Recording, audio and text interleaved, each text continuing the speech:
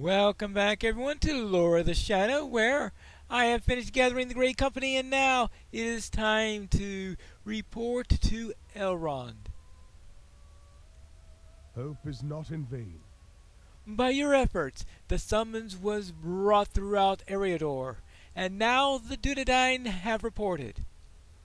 Many of their numbers have come to Imladris, and they prepare to depart for the southern lands that they may call Aragorn in time for his need. You will ride with them if you see fit to do so, but I have been made aware that my daughter desires first to speak with you. She's at Imnolden, on the slope north of Imladris, overlooking the road that climbs up into the Misty Mountains. So let us go to Imdolin and let's speak with Arwen. Ah, here she is. My own undertaking has come to an end, and its fruit waits now for a bearer. I have made this gift for Aragorn. The days are short, and it may be that our hopes will soon be ended. This standard I have made for him that should fly aloft at a time of his choosing, and he will know for what it fights. May it bring courage to my Elfstone and those with whom he stands. Bring this gift and my words to Halbarad by the stables of Imladris, for he is consented to bear them both on the journey south. Very well, I shall bring the standard to Halbarad so that he may be able to eventually hand it over to Aragorn. Ah, here he is. Hello, Halbarad. I will carry this burden on our journey. You bring both a gift and a message for my chief from the Lady Arwen? I see. I will carry this burden on our journey. It will come to Aragorn, though all the perils on the road lie between. When will this standard be unfurled, I wonder, and against what sky will it be raised aloft? Well, that's a good question. All is nearly ready. Whee! All is nearly ready. While I finish the final preparations for our departure, I ask that you speak with some of those who will accompany us south. Ensure that they are prepared for the road and rested enough for the first leg of the journey. I saw Golidir just to the northeast some minutes ago, speaking with Elrohir. Radanir was just to the gate to the two of them beneath the wood footbridge. Lothrandir is just across the way, speaking to his horse Mithil. He knows a great deal about the lands through which we must pass. Ask him if he has any further information about the road which may make the move in haste. Once you have spoken with these, find Candace by the stables gate and speak with him. Alright. So speak with Golidir, Lothrandir, Elrohir, Radanir, and after we do all those four, we speak with Candace. Alright, and here is the first of these. And this is Lothrandir. Mithul is ready for the next leg of the journey. Indeed, his kind may be more prepared for what awaits us than the others of the company. After all, Mithul's eyes will be to the road underfoot, watching for loose stones and wind-blown branches. The eyes of the Dunedain must be to the horizon, keeping watch for the foes that may be seen to slow our errand. I have spoken with Halbarad and the sons of Elrond about the road we must take, south through the Trollshalls and into Eregion, there to rest at Echad Eregion before passing south into Enedwaith. A number of the Dunlending tribes called the area home while I last journeyed through those lands. Some were friendly to outsiders, but most were not. The Drygluth, the Hebedluth, they are those you would be wise not to cross, and I will do my best to ensure that the Grey Company does not entangle with them. Okay, the Drygluth and the Hebagluth. There we go. Now, of course, The Drygluth are the dragon clans. The Hippogluth, is that the Falcon clan or is that a different? I guess we'll find out at some point. Let's see. How about up here? Ah, here we are. We have Golidir. My horse Legimbod is rested and ready for the next leg of the journey. And he is ready to undertake the first leg of the journey, just to get us farther and farther from Angmar, most likely. His saddlebags are as light as I can make them, while still keeping the supplies that we'll need. Golidir takes a small pendant from one of his pockets and idly passes it from one hand to the other as he looks about the yard. This refuge has not changed in the many years since I last came here, but surely I myself must be unrecognizable. So much has happened, and so little of it good. But the ride here was a marvel, and I could feel the weight of the past falling from my shoulders with the feel of the breeze upon my face. Legimbod delighted in the speed, and I delighted with him. The southward journey will do us both some good. I am ready to be off again. Alright, that's good to hear.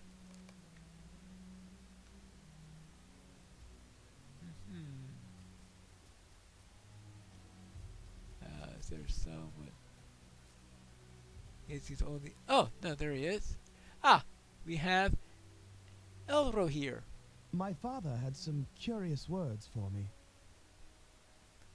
My father said that in the time is approaching when we can no longer hold back, when we must do more than defend against the actions of the enemy.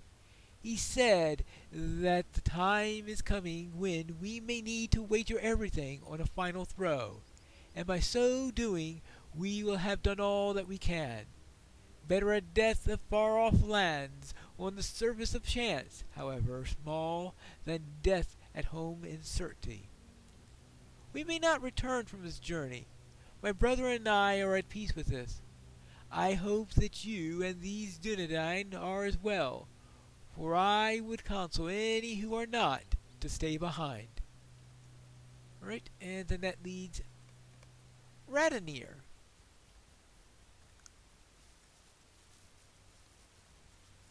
And this... Ah, here is Radanir down by the river. I will do my duty with no complaint, and Glor and Gur will do the same. Glorngor did not break a sweat in the short ride from Thorenhad here to Rivendell. He was ready to begin even yesterday. I could say the same for myself. I returned to Thorenhad to say goodbye to Elwelth, but I couldn't find her anywhere or at the camp. I had meant to return this hairpin that she had given me, but perhaps she feared the farewells. I suppose I did as well. We will soon set out. I did not know what the future will bring, but I will do my duty with no complaint, and Glorgangor will do the same. And then that leaves Candace.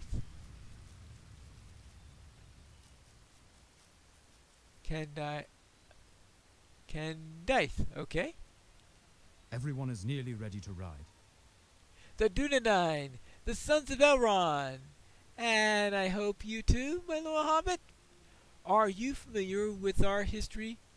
As you are joining us in this journey, surely to go down in the annals of the Dunedain, I would have you hear some of it, if you are not already heard it. I think I've heard it already. So, let's just say that I heard all the history. I have been pleased to record much of the history of the Dunedain. Alright, maybe I'll do a quick read, and then I'll be back. With that all done, now let's speak to Halbrand. We will all gather again for a rest at Gwingris in Eregion. Our preparations are complete, and some of the Dunedain have already mounted their horses and begun to ride. You will do the same, or engage one of the horses of these stables, will you not? Lothridir and I have chosen a course that will take us to several legs.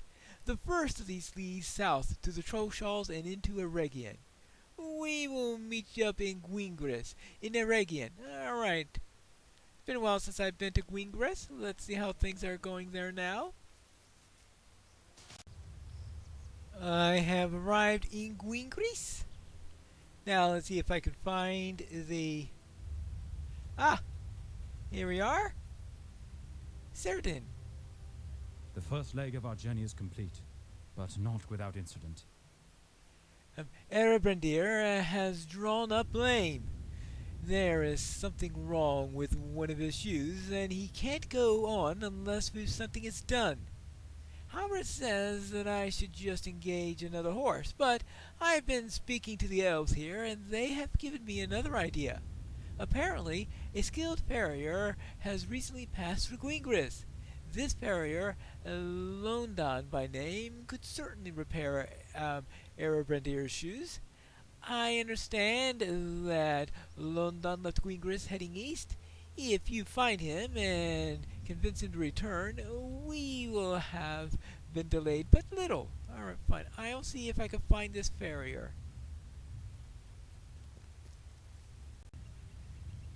Why couldn't the farrier find a drier time in which to travel? Oh well. Ah, here he is. Careful, stranger. There's a group of Uruks in these parts. There are a group of Uruks of great size and strength here. I saw them not 2 hours ago. They were passing north, and though I could understand little of their cruel speech, it seems to me that they're seeking treasure. There are ruins throughout these lands, you know. These Uruks would be nothing better than a chance to plunder. Yes, very well. The Uruks, they're coming though! Prepare to fight! Uh-oh. Oh. There you go. Uruks. Okay, now you. Thank you, my friend. I'll see you back in Gwingris. Okay, he decided that Gwingris, helping the rangers at Gwingris is better than walking on the road without any protection. Okay, I suppose that's fair enough. Now, here's my question. How does he run if he's carrying all the tools he needs as a farrier? I see you made it back safely? I have fit a new shoe to Cyrodiil's horse. He will have no problems now. I wonder if the same can be said for the few who live in these lands. Those Uruks spoke as if more would be coming, and we have no reason to doubt that.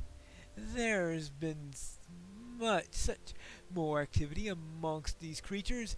Many more of them have been rose on recent weeks. I don't like it. Well, give Saradin my thanks for sending you my way, my friend. I would have been in a great deal of trouble if you had not come along when you had, and the price of a new horseshoe is a small price to pay indeed. Very well. Now, let's speak to Saradin. I hope the new shoe proved satisfactory. Erebrandir is ready to go once more. I am worried about these Uruks, though. If it is true that many of the creatures have come north through Enedwite into Eregion, our ride south may quickly become more difficult than it has been in the point.